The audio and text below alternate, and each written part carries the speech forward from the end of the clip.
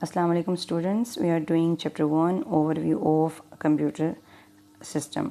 आज जो first topic हमने करना है that is mobile computing. Mobile means easily carriable things और इजी टू कैरी, ऐसे ऑब्जेक्ट्स और ऐसी चीज़ें जिनको हम इजीली कैरी कर सकते हैं. एंड कंप्यूटिंग मीन्स ऐसी to calculate something. Mobile computing oral term refers to devices which are easy to carry and they have mobile computing features or computing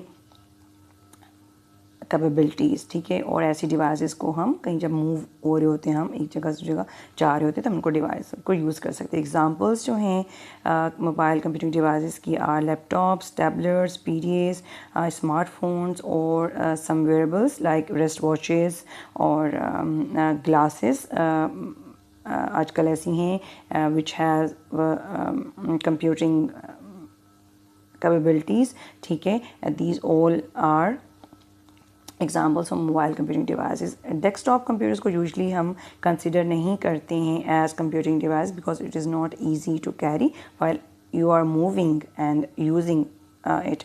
ठीक है, some of the features of computing devices. First feature is that these devices are usually wireless devices. ठीक है, wireless devices means कि इनके अंदर कोई physical link attach नहीं होता है. जब हम मूव कर रहे होते हैं इनको लेके तो बीच में इंटरफेरेंस नहीं होती किसी भी फ़िज़िकल वायर या लिंक की. ठीक है, जो सेकंड फीचर है that is they are easy to carry. It means कि हम इनको कहीं भी इजीली कैरी कर सकते हैं. जैसे हमें पता है कि स्मार्टफोन्स को, स्मार्ट वॉचेस को, लैपटॉप्स को हम जो है इजीली कैरी कर सकते हैं. Right. Third feature of mobile computing devices is that usually or mostly they contain batteries और हमें उन batteries को charge करना पड़ता है क्योंकि physical कोई switch इस तरह की चीज़ों के साथ नहीं होती है कि जिनको continuously power supply मिलती रहे. तो normally ये batteries के ऊपर जो है वो turn on होती हैं और use हो रही होती हैं. Next feature is normally they are designed to perform limited functions. ठीक है, जैसे हमें पता है स्मार्टफोन्स और टैबलेट्स जो हैं या स्मार्ट वॉचेस जो हैं वो स्पेसिफिक टास्क परफॉर्म करने के लिए डिज़ाइन किए गए हैं. इवन हम आजकल के स्मार्टफोन्स हमें बहुत सारी ऐसी फैसिलिटीज़ प्रोवाइड करते हैं कि जो हमारे लैपटॉप्स या पर्सनल कंप्यूटर्स करते हैं, but even then they have limited features. ठीक है, और जिस तरह से हमें हमारे डेस्कटॉप कंप्यूटर्स या लैपटॉप्स डेस्कटॉप कंप्यूटर्स प्रोवाइड कर रहे होते हैं, स्पेशली हमारे मेन फ्रेम या माइक्रो कंप्यूटर्स हैं, उनके मुकाबले में इनके जो फीचर्स हैं वो लिमिटेड होते हैं. ठीक है, अब इन जितनी भी मोबाइल कंप्यूटिंग डिवाइसेस हैं they must contain special software. इनके अंदर स्पेशल सॉफ्टवेयर्स होते हैं. इट मीन्स कि हम कोई भी सॉफ्टवेयर जो आम नॉर्मली पर्सनल उसके ऊपर यूज़ कर रहे होते हैं डेस्कटॉप कंप्यूटर्स के ऊपर कभी यूज़ नहीं कर सकते. Like we use Android on normal smartphones or tablets, and we use iOS on Apple products like iPhones and iPads. iPads. ठीक है, कुछ डिवाइसेस को यहाँ पे लिस्ट डाउन किया गया है जो आपकी बुक में ये है. आपने इसके अलावा भी कुछ और कंप्यूटर डिवाइसेस लिख के सर्च करके राइट डाउन करनी है which can be used as computing devices.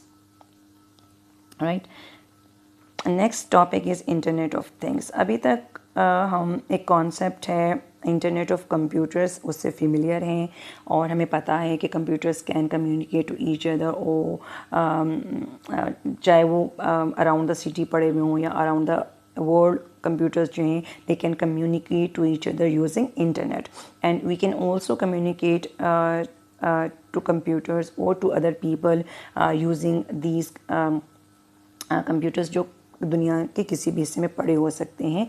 And this is possible because of networking, हम इनको कनेक्ट कर देते हैं आपस में. Now this concept is one step ahead. We can connect any physical device which is present in our surroundings, और हम उनको इतना इंटेलिजेंट इनफ बनाते हैं कि वो आपस में कम्युनिकेट कर सकें, ठीक है, एक दूसरे से डेटा ले सकें, सेंस कर सकें और उसके ऊपर कोई बिहेवियर शो कर सकें, और and we can communicate to physical devices जो हमारे सराउंडिंग में या मौजूद होती हैं, ठीक है। बेसिक रिक्वायरमेंट इनकी इंटरनेट है, they must be capable of having facility of internet, इनके अंदर वाईफाई मॉड्यूल हमें बिल्ड करना पड़ता है और उसके बगैर जो हैं हम इनसे दूर से बैठ के कम्युनिकेट नहीं कर सकते, ठीक है, या ये भी डिवाइस एक दूसरे से भी कम्युनिकेट नहीं कर सकती। सेकेंडली इनके अंदर सॉफ्टवेयर ज़रूर होने चाहिए डेफिनेटली इंस्ट्रक्शंस को रिसीव करने के लिए, उनको प्रोसेस करने के लिए। Then they must build with sensors, और इन सेंसर का काम ये होता है कि जब इनको कोई इंस्ट्रक्शंस दी जाती हैं या एक ख़ास सिचुएशन होती हैं तो ये सेंसर्स जो हैं वो एक ख़ास बिहेवियर जिसके लिए डिज़ाइन किए जाते हैं वो शो करते हैं। लाइक जो आपके स्मार्ट स्मोक अलार्म्स होते हैं उनके जो सेंसर्स हैं वो स्मोक को डिटेक्ट करके उसके अकॉर्डिंग जो है बिहेवियर शो कर रहे होते हैं। दे मे कंटेन कैमरास, ठीक है, इनके अंदर कैमरास भी एम्बेड किए जा सकते हैं, ठीक है, माइक्रोफोन्स या टच स्क्रीन के ज़रिए से हम इनको इंस्ट्रक्शंस दे सकते हैं या हम इनको कंट्रोल कर सकते हैं, ठीक है। इट मीन्स कि by using all these components, ठीक है, we can convert our any household object और item to be part of internet of system, ठीक है। आगे हम एग्जांपल्स देखते हैं। One of the most common और popular example of internet of things और इम्प्लीमेंटेशन जिसको कहा जाए दैट इज़ स्मार्ट होम्स, ठीक है। स्मार्ट होम्स के कॉन्सेप्ट में सबसे पहले ये आता है कि जो हमारी अप्लायंसेस हैं लाइक आवर एसीज़ और वॉशिंग मशीन्स,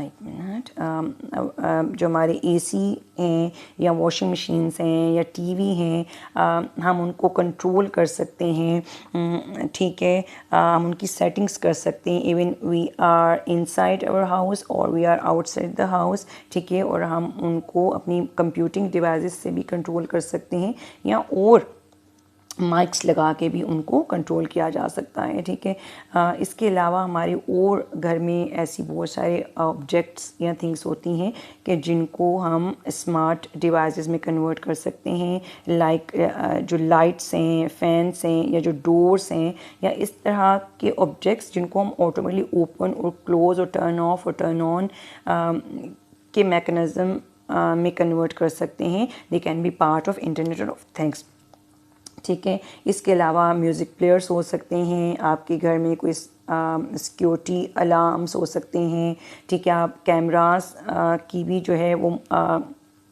मूवमेंट जो है वो या डायरेक्शन जो है वो चेंज कर सकते हो, ठीक है। स्मोक अलार्म हो सकते हैं, they all can be part of your smart homes, ठीक है।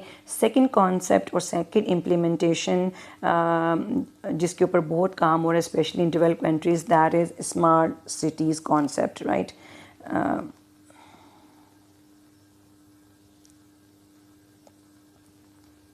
स्मार्ट सिटीज़ कॉन्सेप्ट के अंदर क्या होता है कि हम जो किसी एक सिटी के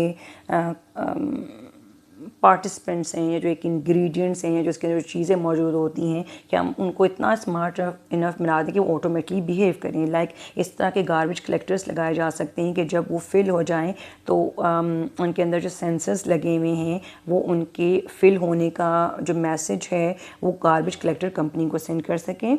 इसके अलावा एयर के अंदर अगर कोई स्मोक या कोई जो डेंजरस गैस है वो ज़्यादा हो जाए तो उसके लिए जो है वो स्मोक या इस तरह के डिटेक्टर लगाए जा सकते हैं कि जो उस किसी खास गैस की जो एयर के अंदर प्रेजेंस है उसको डिटेक्ट कर सकें।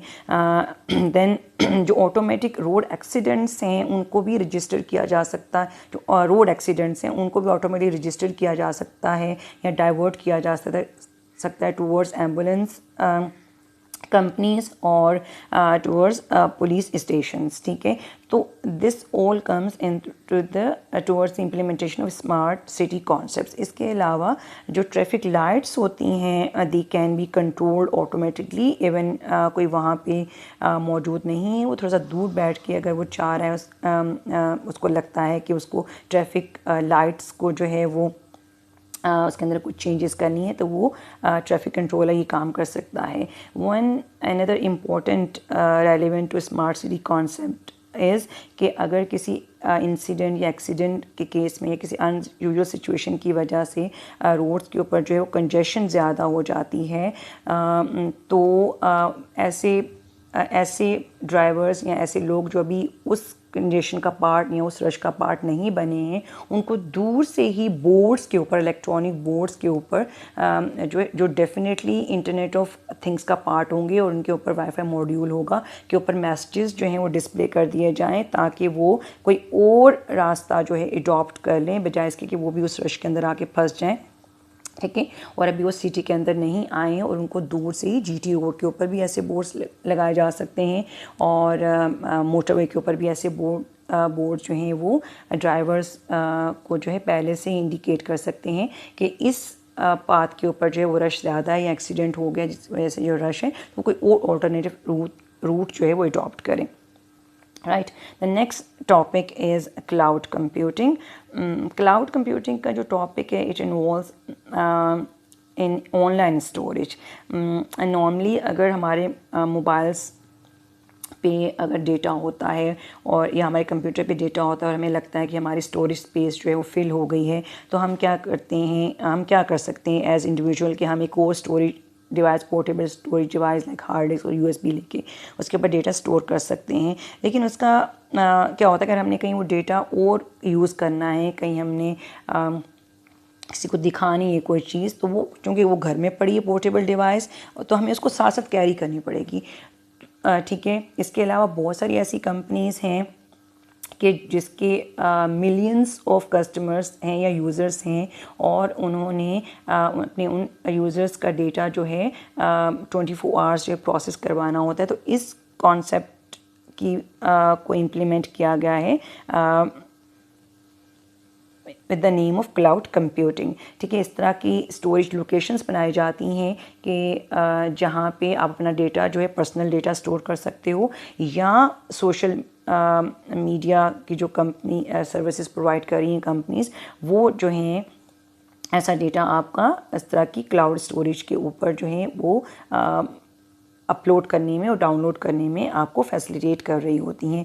अब डेफिनेटली जो सोशल मीडिया कंपनीज़ हैं they have huge amount of data जो हर वक्त प्रोसेस हो रहा होता है 24 आवर्स, ठीक है। तो वो एक क्लाउड बनाती हैं और उस क्लाउड को आप एक्सेस कर सकते हो using your laptop, using your tablet और यूजिंग योर डेस्कटॉप कंप्यूटर और मोबाइल फ़ोन, ठीक है। और इसके अलावा इस क्लाउड कंप्यूटिंग के अंदर सर्वर्स होते हैं जो बेसिकली डेटा स्टोर करने के लिए होते हैं, ठीक है। And these all devices are part of network. इसके अलावा जो है डेटाबेस भी एक is another component of this cloud computing. Database क्या करता है, सॉर्ट आउट करके रखता है या हेल्प करता है कस्टमर्स के डेटा को ऑर्गेनाइज करने के लिए। So this is the concept of cloud computing. आगे हम एग्जांपल्स भी देखते हैं इसकी क्या क्या एग्जांपल्स हैं, ठीक है। बहुत सारी कंपनीज़ हैं जो क्लाउड कंप्यूटिंग सर्विसेज प्रोवाइड कर रही हैं। Google drive is one of the popular example of online storage और क्लाउड कंप्यूटिंग, जिसके ऊपर हम अपने मोबाइल के थ्रू या टैबलेट के थ्रू जो है वो पिक्चर्स अपलोड करते हैं, ताकि हम अपने मोबाइल की मेमोरी को फ्री अप कर सकें, या हम उन पिक्चर्स को लेट्स सी हम मोबाइल घर छोड़ गए और हम कहीं और से एक्सेस करना चाहते हैं तो हम कर सकें, ठीक है। इसके अलावा और बहुत सारी सोशल मीडिया कंपनीज़ जो हैं लाइक यूट्यूब और Facebook, they have their own online storage, जिसके ऊपर उनके कस्टमर्स का डेटा जो है वो स्टोर हो रहा होता है, और वहीं पे यूज़र्स डेटा जो है वो लोग मैनेज कर रहे होते हैं। यूज़र्स डेटा अपलोड कर रहे होते हैं और वहाँ से एक्सेस भी कर सकते हैं, राइट। अगर हम एडवांटेज की बात करें क्लाउड कंप्यूटिंग की, तो first advantage is that you do need to buy और a company don't need to buy its own expensive system to store data, ठीक है। सेपरेटली उसको एक एक्सपेंसिव सिस्टम बनाने की ज़रूरत नहीं है, वो ऑनलाइन स्टोरेज को यूज़ करके अपने डेटा को वहाँ पे सेव कर सकती है और उसको यूज़ कर सकती है, ठीक है। इसके अलावा सेकंड एडवांटेज कि हम डेटा को इजीली एक्सेस कर सकते हैं कहीं से भी यूजिंग इंटरनेट, और we don't need to carry physical devices with us, storage devices, right.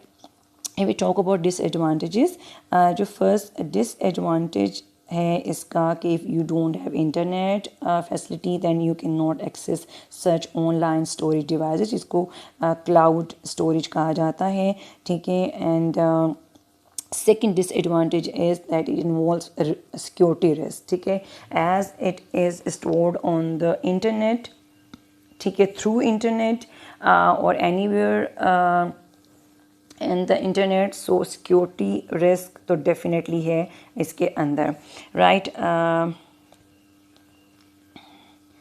Last topic is data centers. Data centers is actually refers to the concept of a room or a building or a group of building जहाँ पे centralized data जो है वो store किया जाता है. Cloud is some thing like a conceptual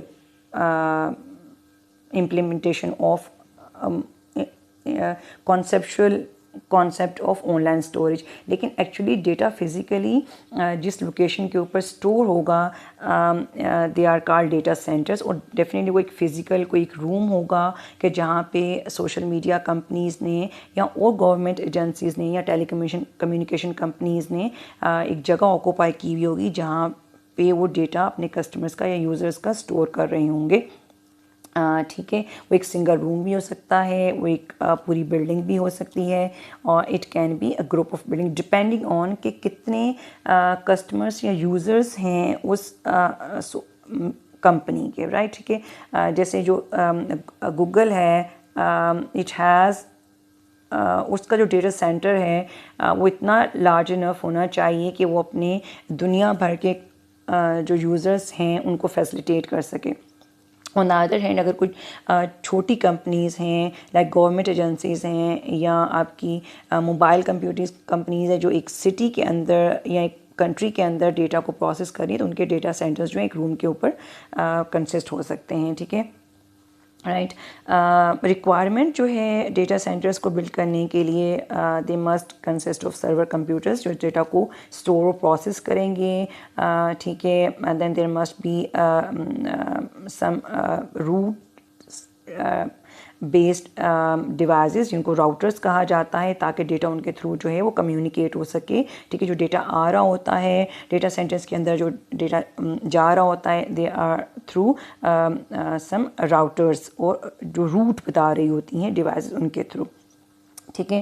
then there must be some air conditioning system as well as there are many devices जो कि उस डेटा सेंटर्स का पार्ट हैं और वो 24 आवर्स ऑन होती हैं, वो काम उनके वो प्रोसेसिंग कर रही होती हैं, so there must be some air conditioning system, smoke detection alarms या सिस्टम्स भी उस डेटा सेंटर का पार्ट होने चाहिए। Then security system, definitely security system specially जो है एंट्री के लिए उस डेटा सेंटर के अंदर जो है कोई ना कोई सिक्योरिटी सिस्टम होना चाहिए।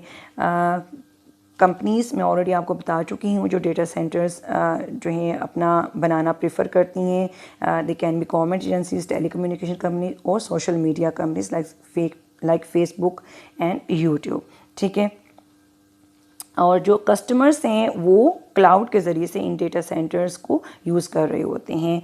This is one of the picture which is demonstrating components of data centre, जिसके अंदर जो हैं आपके सिक्योरिटी सिस्टम हो सकता है, मॉनिटरिंग सिस्टम्स हो सकते हैं जो मॉनिटर कर रहे होते हैं कि everything is going on well. Then battery backup का एक सिस्टम होना चाहिए, then different racks, and then there must be some fire alarming system as well and cooling system, right, ठीक है। It is the inner view of data centre of Facebook, ठीक है। और यहाँ पे आपको जो है वो पता चल रहा है कि ये ऊपर साइड पे जो है इसका ये कूलिंग सिस्टम है, ठीक है। और इसके अलावा यहाँ पे जो है वो सर्वर्स मौजूद हैं और बिल्ट इन बाकी जो है सारी पेरिफेरल डिवाइसेस भी यहाँ पे मौजूद हैं, ठीक है। This is inner view of Google data centre. और आपको नेट के ऊपर इनका 360 व्यू की जो है वीडियो मिल जाएगी जिसमें आपको पूरा टूर कराया जाता है इस डेटा सेंटर का। This another view of Google data centre. That's all from today lecture. I hope आपको समझ आया होगा। If you have any queries to ask me, right. और आपने लेक्चर को गौर से सुनना है और इसके इंपॉर्टेंट पॉइंट्स भी जो हैं वो राइट डाउन करने हैं।